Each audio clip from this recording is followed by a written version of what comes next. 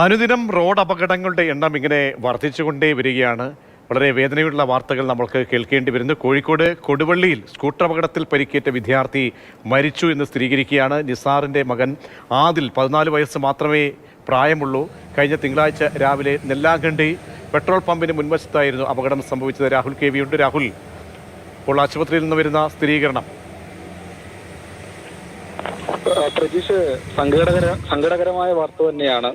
14 വയസ്സുകാരനാണ് മരിച്ചത്.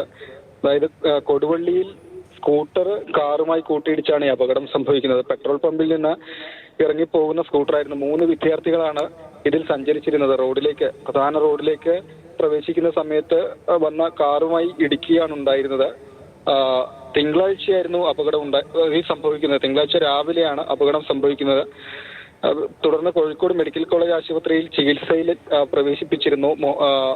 കണ്ടാലമ്മൽ നിസാറിന്റെ മകൻ ആദിൽ ആണ് മരിച്ചത്. കോഴിക്കോട് മെഡിക്കൽ കോളേജ് ആശുപത്രിയിൽ ചികിത്സയിലിരിക്കെ ഉച്ചയോടുകൂടിയാണ് മരണം സ്ഥിരീകരിച്ചത്. ഒപ്പമുണ്ടായിരുന്ന 2 വിദ്യാർത്ഥികൾ ഇപ്പോഴും ചികിത്സയിൽ തുടരുകയാണ്.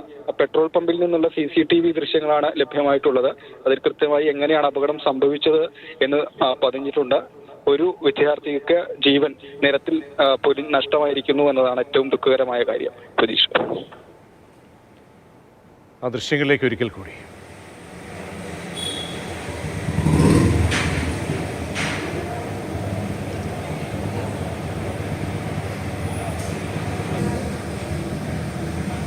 വളരെ ശ്രദ്ധയോടുകൂടി തന്നെ നമ്മൾ വാഹനങ്ങൾ ഓടിക്കണം. കാരണം ചെറുപ്രായം, 14 വയസ്സ് മാത്രമേ ഉള്ളൂ. എത്രയോ നാളുകൾ ഇനി ഇവിടെ ജീവിക്കേണ്ട ഒരു വ്യക്തിയാണ് ജീവൻ പൊലിയുന്നത്.